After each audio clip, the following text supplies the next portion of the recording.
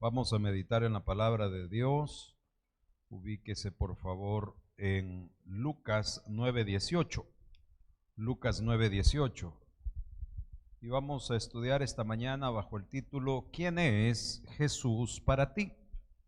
¿Quién es Jesús para ti? Evangelio según San Lucas, capítulo 9, verso 18.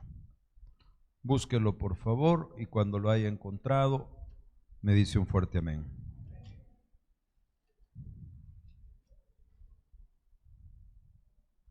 A ver, ¿lo tenemos todos? Vamos a leer juntos en el nombre del Padre, del Hijo y del Espíritu Santo. Lea conmigo, por favor.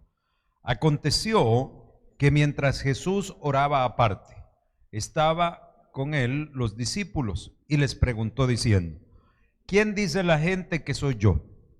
Ellos respondieron: unos, Juan el Bautista, otros, Elías, y otros, que alguno de los profetas de los antiguos que ha resucitado. Él les dijo: ¿y vosotros? ¿Quién decís que soy? Entonces respondiendo Pedro dijo: el Cristo de Dios. Padre, damos gracias por esta hora. Suplicamos que la unción de su Santo Espíritu se manifieste, se derrame, Señor, sobre cada uno de nosotros, nos pueda ministrar, nos pueda dar sabiduría y entendimiento en su palabra para recibir la enseñanza, para que sea usted que ministre la mente, los corazones y podamos crecer en fe, pero principalmente en convicción de lo que tú eres para cada uno de nosotros en nuestras vidas. Con acción de gracias oramos en tu precioso nombre. Amén y amén. Puede sentarse, hermano. Puede tomar su asiento. Un día, un señor de ya bastantes años entraba a la iglesia, tenía la costumbre de entrar siempre a la iglesia de su localidad, pero en menos de un minuto él salía y era siempre igual, todos los días, no fallaba, pero más tardaba en llegar que al ratito él venía para afuera. Entonces al pastor le llamó la atención y un día le dijo: disculpe señor, ¿y usted qué viene a hacer? El pastor era preocupado porque creyó que quizás en buen salvadoreño echando el lente andaba, ¿verdad?, para ver qué se robaba. Y le dice el señor: todos los días vengo a orar. Él acostumbraba a llegar este señor al mediodía.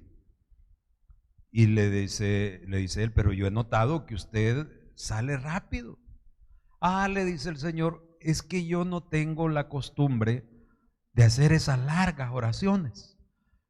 Entonces yo lo que sí hago es que todos los días vengo, doblo rodillas acá en el templo y le digo: hola Jesús, soy Juan. Y yo pues sé en mi corazón que Él me oye y que en ese saludo Él sabe, porque como Él ve mi corazón, que yo le estoy encomendando toda mi vida. Y me levanto y me voy. Pasó el tiempo y el señor enfermó y fue a parar al hospital. Y hospitalizado, en aquel lugar donde estaba la gente triste por sus enfermedades, de repente las cosas empezaron a cambiar y la enfermera que estaba a cargo de esa sala notó que los enfermos, desde que este señor llegó, sonreían, chistaban y el ambiente, todo aquello era diferente. Y entonces se le acercó un día a este mismo señor y le dice: mire, ¿y usted cómo hace? Le dice, para mantenerse tan animado y de ribete influenciar positivamente a los demás. Ah, le dijo, es que, ¿y cómo no voy a estar animado? Le dice, si yo recibo una visita todos los días. Y entonces la enfermera se quedó pensando, ¿verdad? Como el señor ya era entrado en años, creyó quizás que estaba delirando, pero sí notó que a la par de su cama había una silla, pero esa silla siempre estaba vacía. En ninguna hora del día había visto la enfermera llegar a nadie a sentarse allí a visitarlo o a platicar con él. Y le dice, ¿cuál visita? Le dice. Ah, le dice, es que todos los días él viene y cuando yo despierto y vuelvo la mirada, está sentado allí en esa silla al lado de mi cama y me dice: hola Juan, soy Jesús.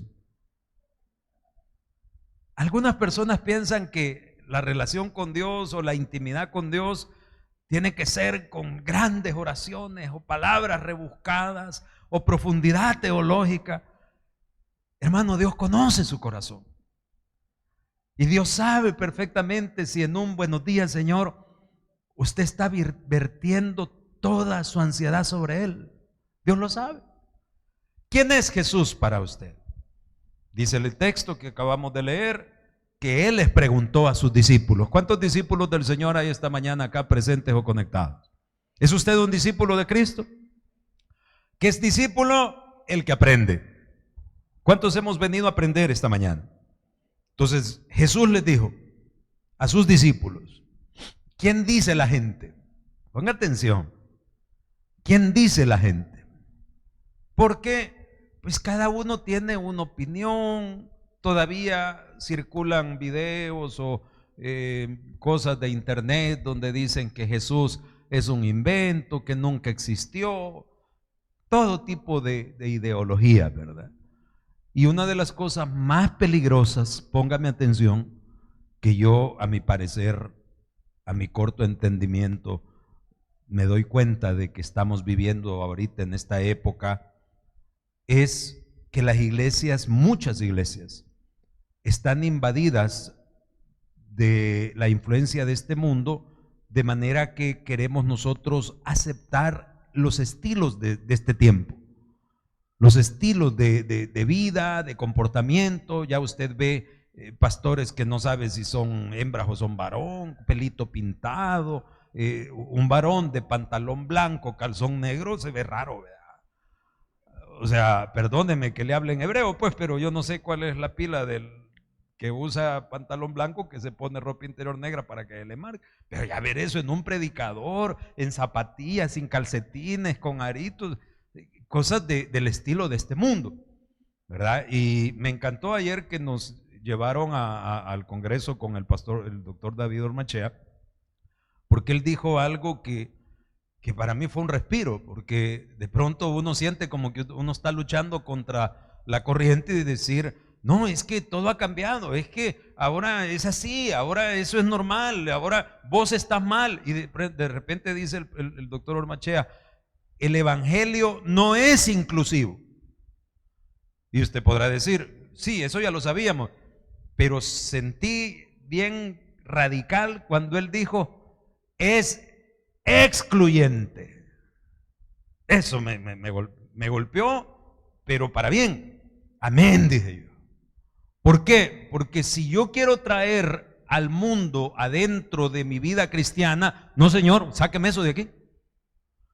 Nosotros mandamos el mensaje, predicamos, la puerta de la iglesia está abierta, ¿verdad? Pero el que viene a Cristo tiene que entender lo que más adelante vamos a leer ahí en el texto, que el Señor dijo que el que quiera venir en pos de mí, tome su cruz y sígame. Entonces no es incluyente, no es traer mi estilo de vida con 3 amantes, con alcoholismo, con drogadicción, con libertinaje, y Jesús me tiene que aceptar y tiene que ser a mi modo. No es así, es completamente excluyente. Ahora bien, no se preocupe, porque cualquiera diría: pero entonces le estamos cerrando la puerta a la gente. No, señor.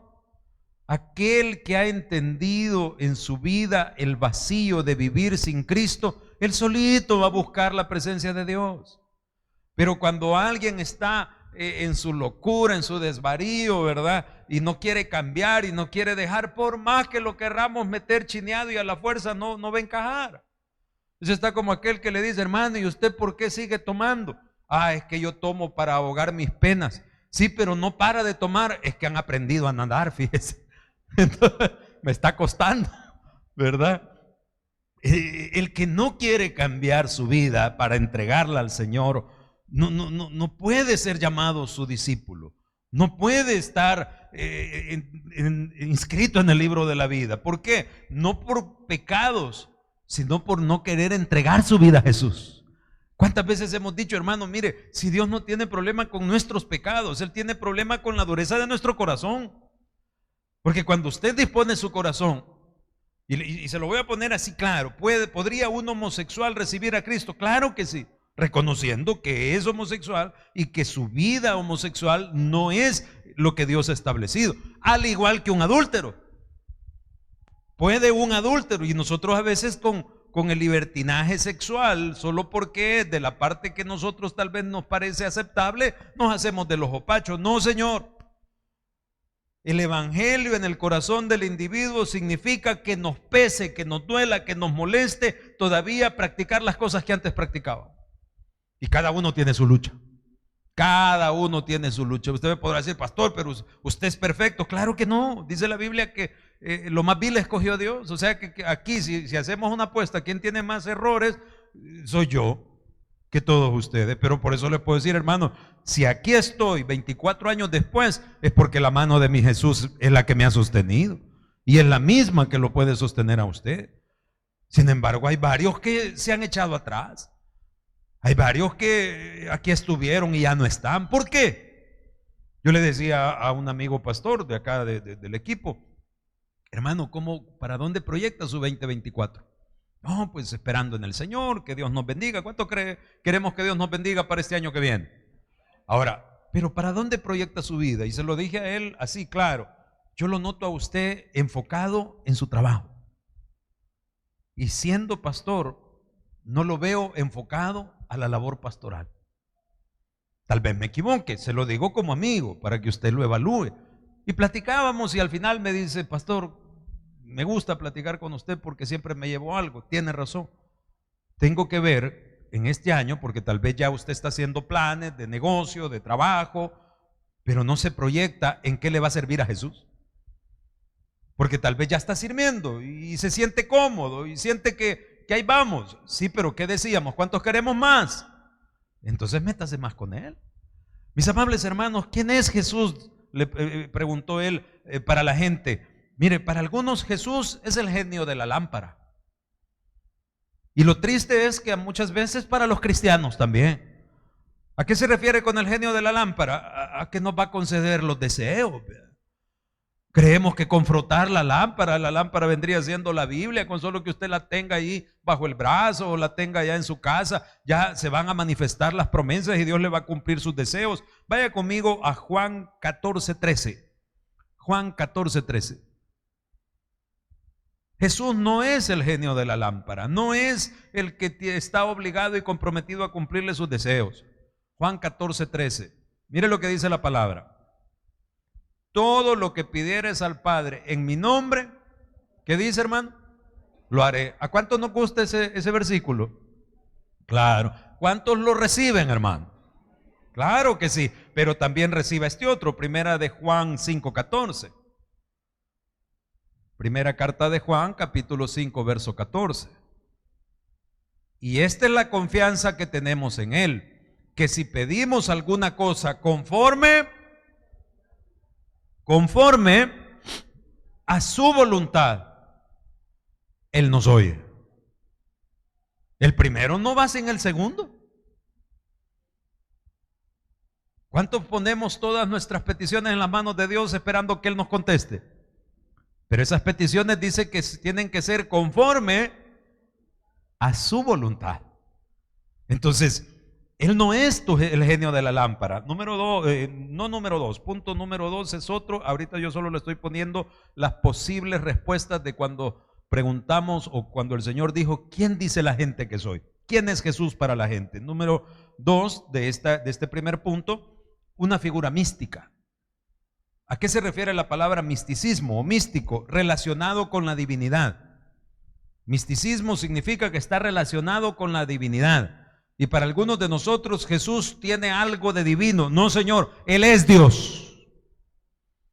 Jesús no puede ser una imagen en su vida religiosa, una imagen en su mente o en su corazón relacionada con Dios. Él es Dios y tiene que ser su Dios.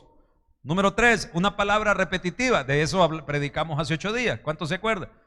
Jesús no es una muletilla. No es solamente una palabra, ay Dios, por Dios, nombre de Dios, ay Jesús, primero Jesús, Jesús aquí, Jesús allá, pero no ganamos alma. pero no somos capaces ni siquiera de luchar contra nuestros impulsos y debilidades para tratar un día de decir no, hombre. Un día de decir no, hoy Señor, no sé mañana, pero como la lucha del creyente, ¿cómo es? Un día a la vez. Entonces Jesús no es ni el genio de la lámpara, no es una figura mística, no es una muletilla, una palabra que solo se repite en nuestros labios, tampoco es una ficción creada según la necesidad. Existe en el estudio de la teología y de la antropología es la ciencia que estudia al hombre, existe unos argumentos que tratan de justificar por qué el hombre siempre cree en lo divino. El hombre cree en Dios. Entonces ahí se hablan del argumento etnológico, cosmológico, teleológico y un montón de cuestiones.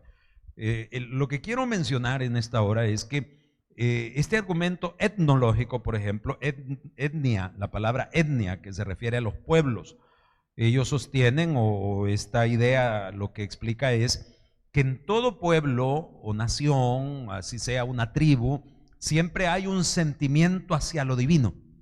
Siempre hay una tendencia en el ser humano de atribuir lo que no comprende a un ser superior o seres superiores, en el caso de las culturas politeístas. Entonces, ahora las culturas avanzadas, la filosofía, la psicología, ya ha llegado al colmo de decir, bueno, si es que al final Dios solo es una ficción en la mente del ser humano.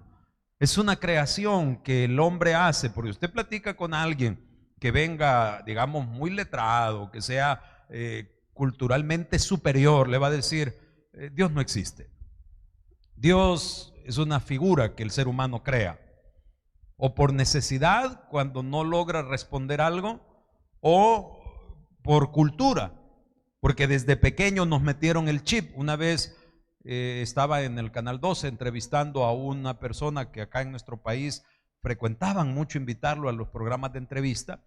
Creo que él ya murió. Él era un tipo que hablaba, era una enciclopedia andando, pero era ese tipo de personas que cuando usted conocía un poquito más de él, él era un vago. Él venía de una familia de renombre acá en el país, pero era la oveja negra, drogadicto, y usted lo encontraba allá en Mr. Donuts del Escalón, siempre viendo quién lo invitaba a un café para hablar paja, para hablar. Y ese tipo de gente, hay gente que lo saben todo y lo que no saben, literal, hermano, literal. Y como si usted no sabe, cualquiera que venga, si usted no tiene un carácter firme, le dan carreta, porque usted no sabe. Y yo no sé por qué la gente piensa que el otro sí sabe, y tal vez el otro está más perdido que Adán en el día de la madre, ¿me entiende? Entonces este hombre dijo que él iba a demandar al Vaticano porque se sentía ofendido que en su casa desde chiquito le habían metido el cristianismo,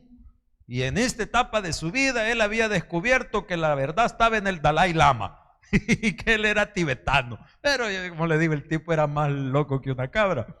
Pero me llamó mucho la atención esa idea de qué es lo que nosotros les estamos inyectando a nuestros hijos. ¿A cuántos nos dijeron, pórtate bien o Dios te va a castigar? Eso es mentira. Eso no es cierto. Son ideas infundadas culturalmente. Y nosotros crecemos con la idea de que si me porto bien, Dios me va a bendecir, y si me porto mal, Dios me va a castigar. Eso no es así. ¿Por qué, pastor? Porque Él ya dejó establecida las reglas del juego. Si eres obediente, dice, te vendrá esto, habrá abundancia, y tu tierra será fértil. O sea, Dios nos ha dado un camino a seguir. El camino ancho que conduce ¿a dónde? A la perdición. Y el camino angosto que conduce ¿a dónde? A la vida eterna. Entonces son sus actos, son sus decisiones. O sea que si la cosa fuera así, ¿cuánta gente bien portada padece necesidad porque no tiene trabajo?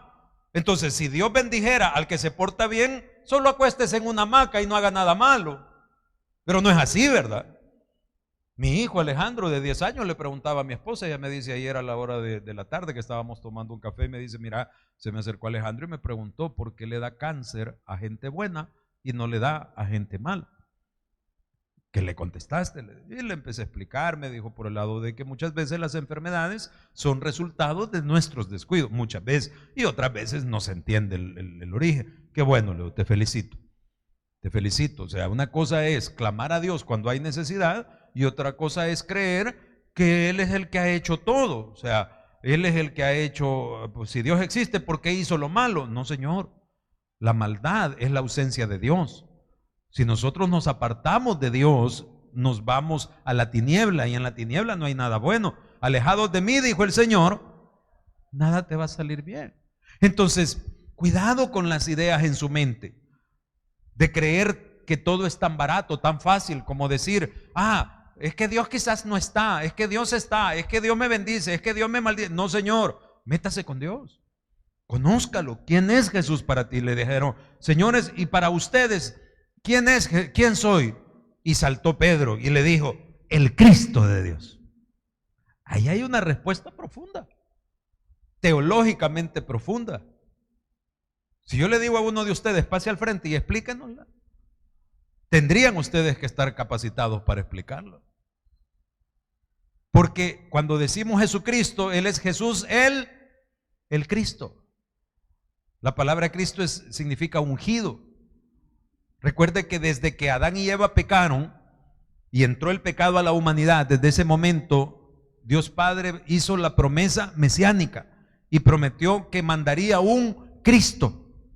Y todo el Antiguo Testamento y las formas en que Dios fue tratando con la humanidad anunciaban la venida y la necesidad de un Salvador.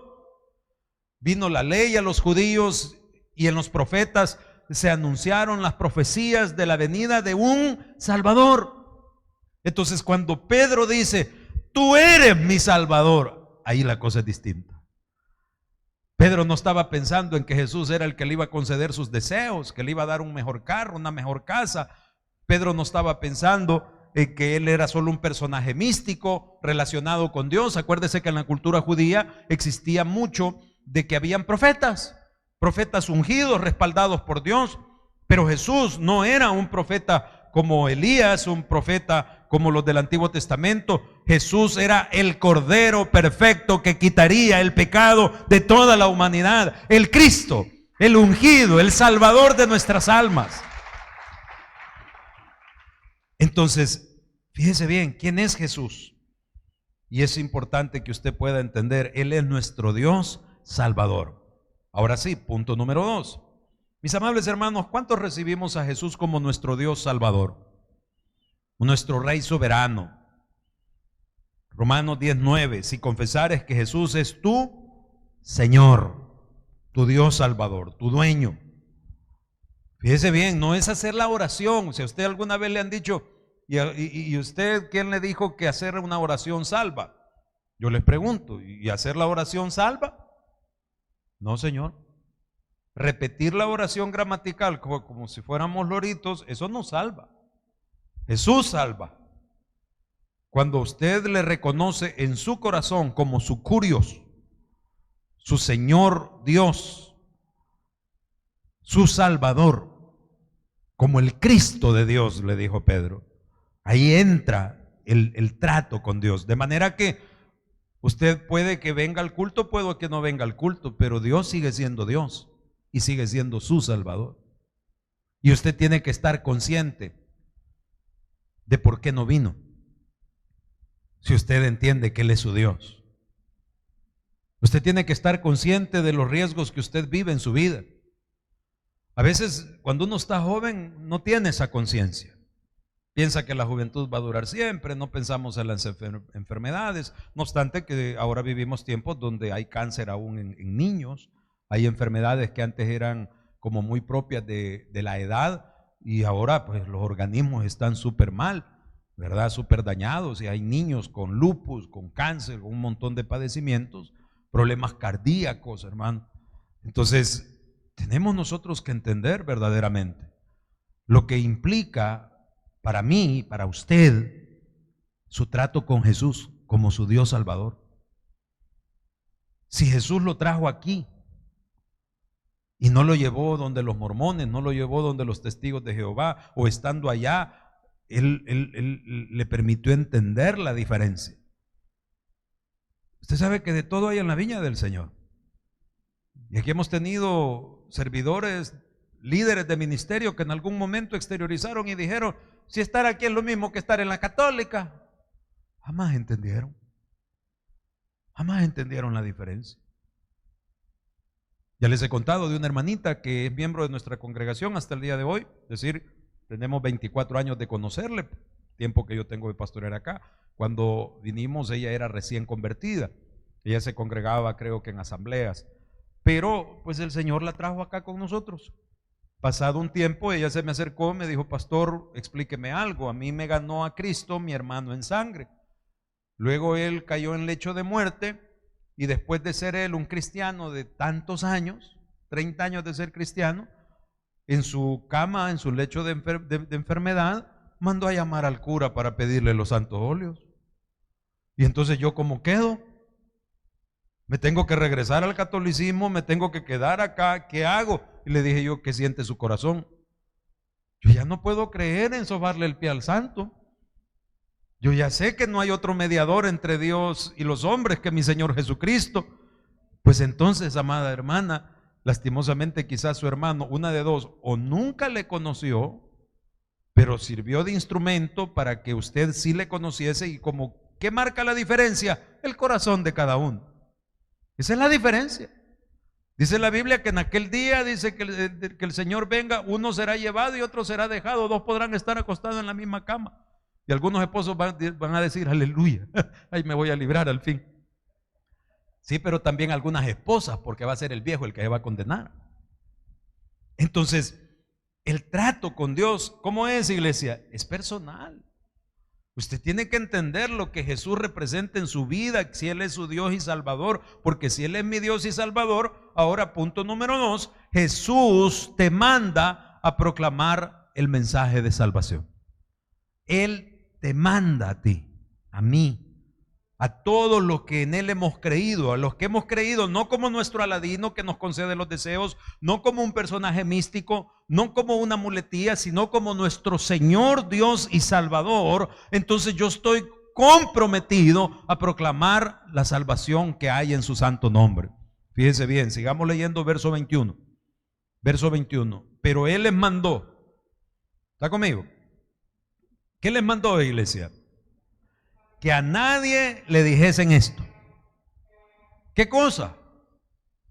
Que Él era el Cristo, que Él era el Hijo de Dios, pero Dios el mismo, que había venido a salvarnos.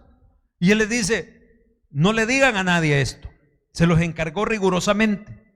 Verso 22. ¿Lo tiene?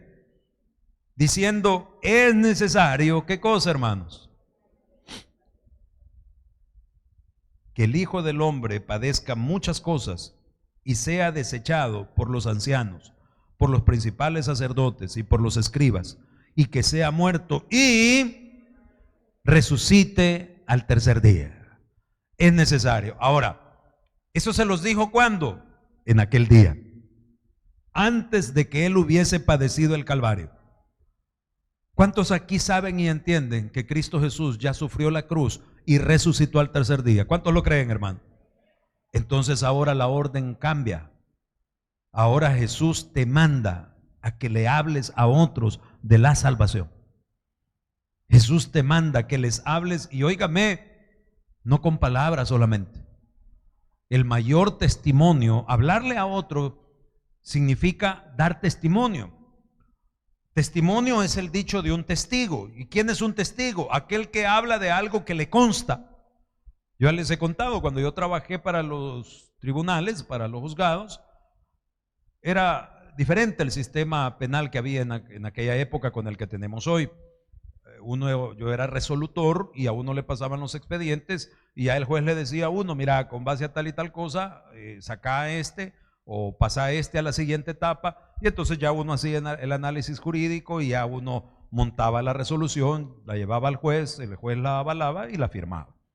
Entonces, para poder llegar a esa resolución, si la persona iba a salir o se iba a quedar, uno entrevistaba a los testigos. Y en el acta de declaración de testigo, al final, se le ponía, ¿verdad? Que esto fue lo manifestado por esta persona, quien dice constarle de vistas y oídas lo que ha declarado.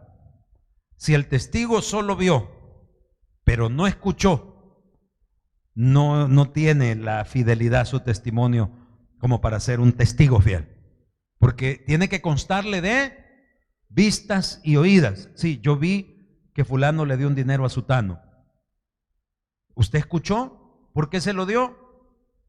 No escuché. Usted no sabe si le está pagando una deuda. No, yo escuché que era el fruto de la extorsión.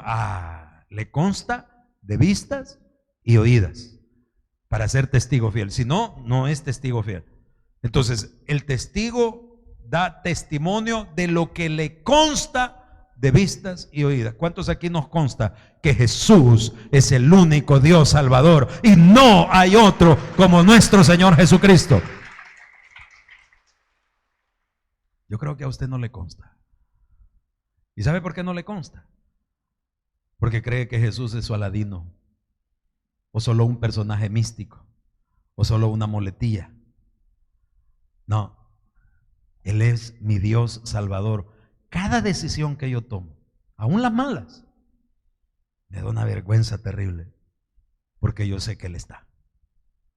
Cuando yo creo que Él no está, cuando yo me hago el tonto pensando que puedo salir a la calle como macho sin rienda, perdóneme, lo hablo por mí, porque así me lo digo a mí mismo, como bestia, como animal, salir a la calle sabiendo cuánto peligro hay, sabiendo cuánta muerte nos rodea, cuánto accidente, sabiendo que hay una familia que depende de mí. Claro, dependen de Dios, pero porque nadie es indispensable sobre la faz de esta tierra. Pero yo no quiero dejar a aquellos que esperan que yo vuelva. Entonces, ¿quién es el único en quien yo puedo encomendarme, de quien yo puedo tomarme? De un Dios verdadero. Porque de ahí me daría pavor. Yo soy un poco extremo, ya les he contado, me gusta mucho las motos. Y uno sale a la calle y pasa, ¿qué día fue? El miércoles fui a mi culto a la iglesia central y el tráfico estaba fatal. Y me fui en la moto. Y andar ya de noche, se me olvidó que ahora hay que andar con reflectivos y mi chumpa es negra. Y el casco negro y la chumpa negra y la conciencia negra. Dios me libre, hermano.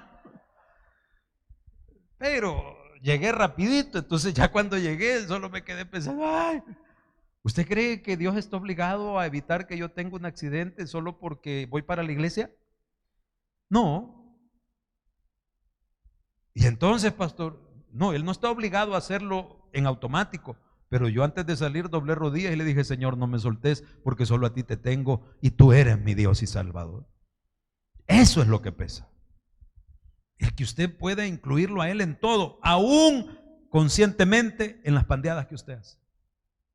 Pastor, ¿cómo va a creer que lo voy a incluir? Claro que sí, Señor. ¿Usted cree que porque no le confiesa a Dios sus errores, Él no sabe? Si usted cree que Él no sabe, perdóneme, pero usted le está diciendo, sos un tonto. ¿Cómo va a creer que Él no va a saber? Decía mi pastor fundador, los pecados estúpidos del cristiano, ¿cuáles son? Creer que Dios no ve lo que yo ando haciendo, creer que Dios no oye lo que estoy hablando. A veces hablamos nosotros de la iglesia, hablamos de nuestros hermanos, y a usted se le olvida que Dios está escuchando lo que usted está diciendo. A veces renegamos de Dios mismo.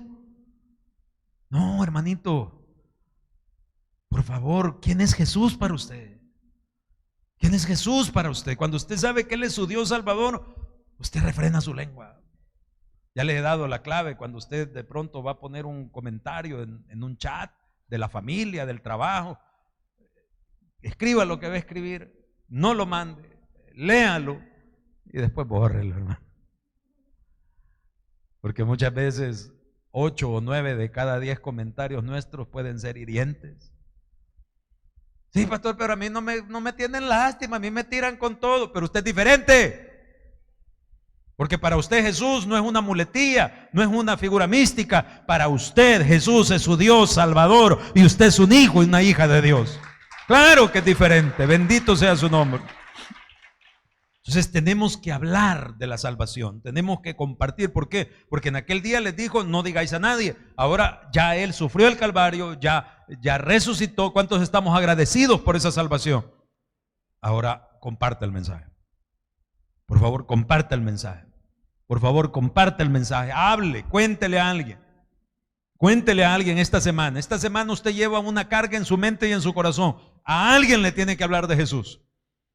A alguien le tiene usted que decirle, mira, te invito a que recibas a Cristo en tu corazón y llegue a fondo. No solo esté hablando, ay, sí, el Señor tan lindo, ay, no, el Señor tan bello. No, dígale, mira, te es necesario nacer de nuevo.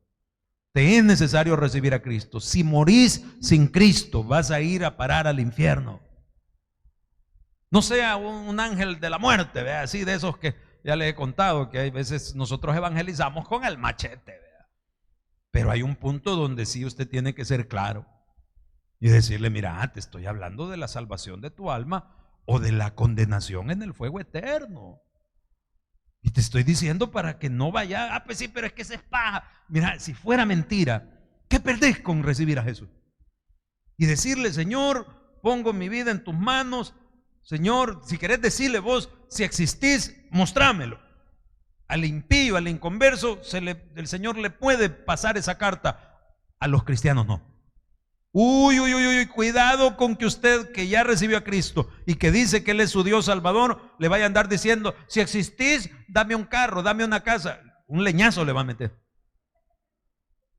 ¿Por qué? Hermanos, ¿no se acuerdan que todo el pueblo cuando venía en Egipto y pasaban por dificultad, eso decían, ¿está Dios con nosotros o no? ¿Está Dios con nosotros o no? Y a cada rato, y un momentito le dice a Moisés, mira Moisés, ya me hartaron.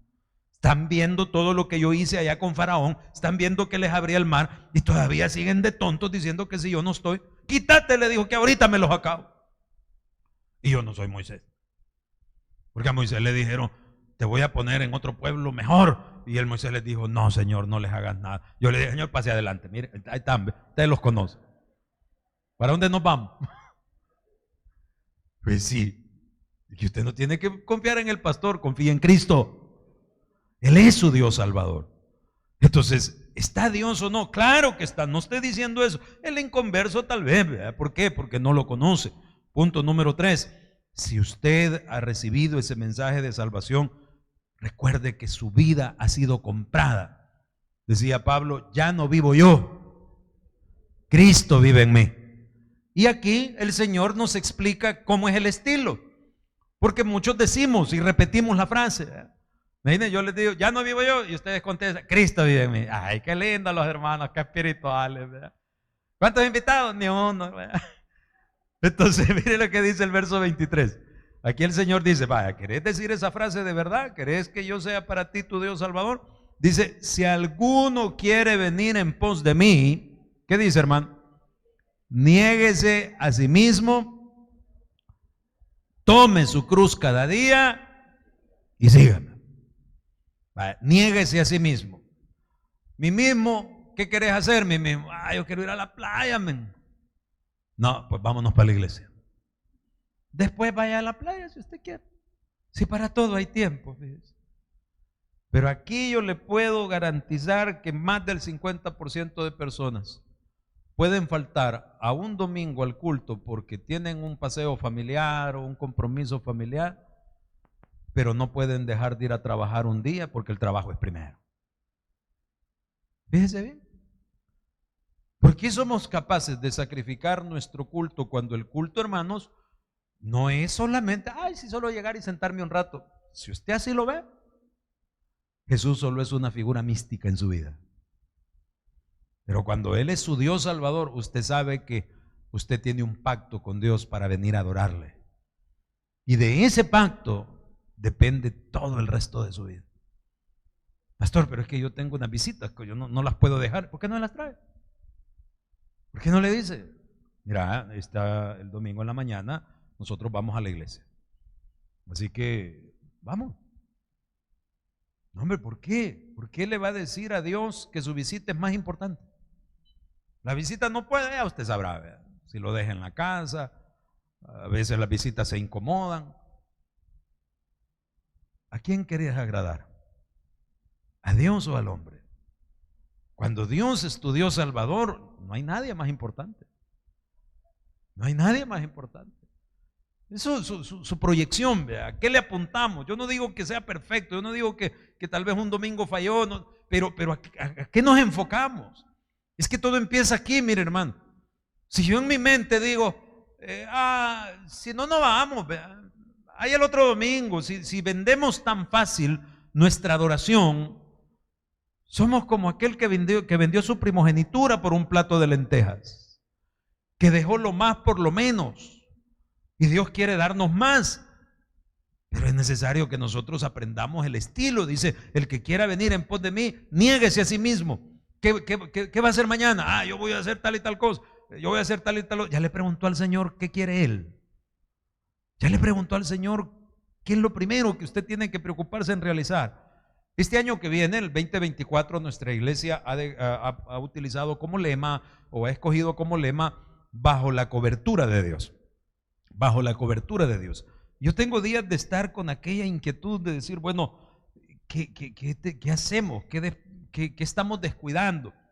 Nosotros acá como localidad, ¿verdad? Somos una ciudad, no somos una cabecera departamental. Aquí no hay cárceles, aquí no hay hospitales. Y antes predicábamos en la Bartolina, pero por el esquema de gobierno que ahora ha restringido todo este trabajo, ya no se pudo. En algún momento se iba a la unidad de salud, pero bueno, digo, Señor, tenemos que preparar para que los hermanos escojan vivir negándose a sí mismo. ¿Y qué vamos a hacer? No tal vez en este orden, pero para que quede claro el punto, vamos a tener lunes escuelas, martes hospitales, miércoles parques, jueves albergues y asilos, viernes cárceles. Solo es un ejemplo, póngale que tal vez las cárceles queden lunes. ¿De qué va a depender? Vamos a ir a tocar puertas en lo que resta de diciembre a ver dónde nos dejan llevar la palabra y la bendición. Por ejemplo, a un asilo no solo vamos a ir a predicarles a los ancianos, vamos a llevarles comida. Entonces, donde nos permitan llevar primero la palabra y segundo una siembra, lo vamos a hacer. Todos los días va a haber y se lo vamos a estar anunciando a usted. Usted sabrá qué día va. ¿Me explico? Usted sabrá qué día. Pero pastor, y no dice que aquí no hay. Sí, es que ese es el esquema que vamos a romper. Mira hermano, hasta de paseo les va a servir, ¿verdad? Porque vamos a ir a donde nos permitan abrir, donde nos permitan llegar, si es en Occidente, si es en Oriente, si vamos allá por Chalate, donde podamos, y allá usted va, se agarra su día, el que pueda, ¿verdad? Según sus horarios, su tiempo, pero la iglesia va a permitir que usted se niegue a sí mismo. El espacio va a haber. Ya quedará en usted. Y se lo dice su pastor, un día, póngale que un día en el mes, vaya. Porque lo que Dios puso en mi corazón es que nos vamos a hacer cargo de esto, así sea que solo un empleado y yo vayamos. O sea, yo le voy a hacer la invitación y ojalá que usted aproveche. Porque yo quisiera que usted viera lo que significa tener a Jesús como su Dios Salvador. No, hombre, hermano. Niéguese a sí mismo. Número 2, tome su cruz. Tomar la cruz no es enfrentar los problemas. Nuestro pastor hacía siempre esa broma, ¿verdad? Esta mujer que me ha tocado es la cruz que Dios me puso, ¿verdad? Porque aguantarla quiere ganar. Es un calvario. No, hermano, ese problema lo sufre por dundo, ¿verdad? Pero no es la cruz que Dios le ha puesto. La cruz es un instrumento de muerte. Jesús sufrió la cruz. ¿Qué hizo? Fue sacrificado, murió en la cruz. Entonces, tomar la cruz es morir para el yo. ¿Qué es lo primero que me va a impedir a mí negarme y participar de un día de esos de evangelismo? Yo tengo que hacer. Yo estoy ocupado. Yo tengo un paseo. Yo no tengo ganas. Yo me siento mal. Yo. Entonces cuando dice, toma tu cruz, ¿qué decía Pablo? Ya no vivo yo. Ahora, yo quiero que entienda el beneficio de ya no vivir yo. Cuando vengan los problemas, cuando vengan las tribulaciones, yo no me aflijo, porque yo sé a quién he creído. Y si Dios es conmigo, no habrá quien contra mí. Esa es la ventaja. Esa es la gran bendición. De que usted se enamore y se active y decir: tomaré mi cruz, negarme al yo. ¿Cuánto me puede costar ofrecerle a mi Señor un día en la semana, o un día en la quincena, o en el mes? Pero vamos a marcar una diferencia. ¿Por qué? Porque Él dice: toma tu cruz cada día. Cada día. Las tentaciones, los ofrecimientos. Cuando usted es una persona que empieza a practicar tomar su cruz, voy, lo hago. Toma tu cruz y sígueme. Toma tu cruz y sígueme. Aquí siempre hemos hablado de la estrategia. De la estrategia. No me venda a Jesús como lo hizo Judas por una bagatela. Y Judas no lo vendió barato. No, hombre. Todos criticamos al Judas, y cualquiera de nosotros lo hubiéramos vendido por menos. Porque dice que le dieron 30 piezas de plata. Y él vino después arrepentido y se las quiso devolver a los sacerdotes. Y los sacerdotes le contestaron algo que cualquier católico debería ponerle atención: nosotros nada podemos hacer. Judas vino arrepentido. ¿Qué le dijeron los sacerdotes? Nosotros nada podemos hacer. Si Judas se hubiese ido al pie de la cruz a pedirle perdón a Jesús, hubiese sido el primer salvo de la cruz, fíjese. Hubiese sido el primero. Capaz le gana el mandado al ladrón. Pero él, ¿qué hizo? Fue donde los sacerdotes. Y cuando le dijeron que no había redención, se frustró y fue y se ahorcó. Y aún del árbol del que se ahorcó, el árbol dijo: uy, no, dijo: soltate, yo no quiero nada con vos. Y se quebró la rama y se cayó y se rajó la cabeza. Pero dicen que del dinero, porque como él llegó y ni siquiera pudo disfrutar ese dinero, se los aventó a los sacerdotes. Y se fue buscando ahí quien le ayudaba. Pero no quiso. ¿Por qué? Porque Judas estuvo con Jesús, pero no era su Señor. Mire qué peligroso. No era su Señor. Entonces, a la hora de la angustia no entendía. ¿Cuántos aquí todavía pasan dificultades y piensan en ir a agarrar el arma, en irse al alcohol, en irse a la droga, en ir a buscar despabilarse en una fiesta, en un sexo libre? Igual que Judas, igualito. Y allá estaba Jesús en la cruz, iniciando ese periodo precioso del cual usted y yo somos partícipes, la gracia de nuestro Señor. Porque por gracia sos salvo, dice. Y esto no es de vosotros, es un regalo de Dios. No por obras, para que nadie se gloríe. Sin embargo, los curitas, ¿verdad?, ni lentos ni perezosos, recogieron el pisto. Y dice la Biblia que compraron un terreno en el cual pusieron un cementerio. ¿Usted cree que podemos poner un cementerio en un lotecito de estos de 10 por 20? No, ¿verdad? O sea que era grande la propiedad para poner un cementerio. O sea que no lo vendió tan barato. Había una buena, bien así, una lotificación de toda esa propiedad que compraron con el dinero del Señor, de la venta del Señor. Entonces nosotros vendemos al Señor por menos muchas veces. Fíjese bien, dice verso 24: todo el que quiera salvar su vida, ¿qué dice, hermano? La perderá. Y todo el que pierda su vida por causa de mi nombre, ¿qué dice? Se salvará. Mis amables hermanos, es importante que usted piense realmente en lo que es el destino del impío.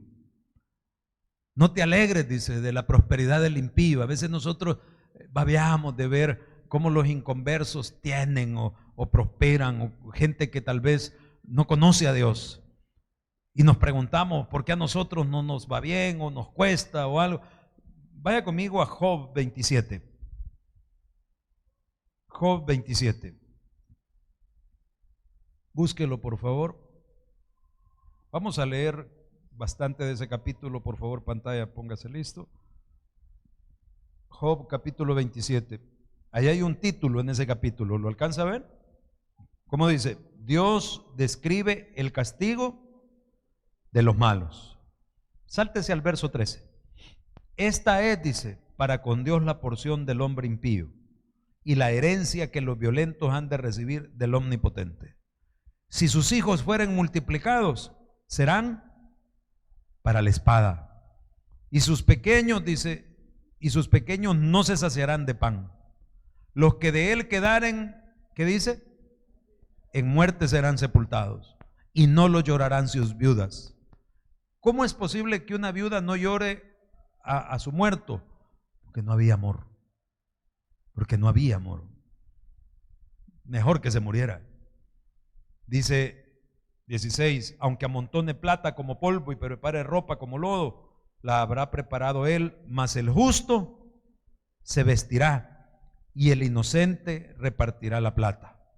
Edificó su casa como la polilla y como enramada que hizo el guarda, dice. Rico se acuesta, pero por última vez abrirá sus ojos y nada tendrá. Se apoderarán de él terrores como aguas, torbellino lo arrebatará de noche. Se eleva el solano, esto habla del viento, y se va, y la tempestad lo arrebatará de su lugar. Hasta ahí quedémonos. ¿Cuál es el destino del impío? No es nada bueno.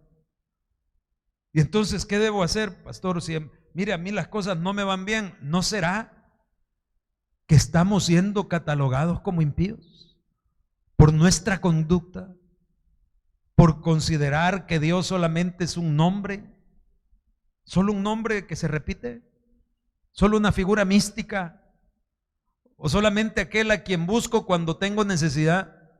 No, hermano, vuelve en amistad con Dios, dice la Escritura, y Dios te hará bien.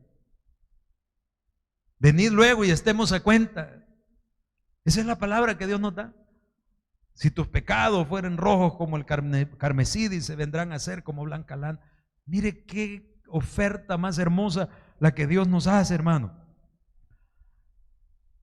Así sea que nosotros estemos cometiendo un error, no se aleje de Dios.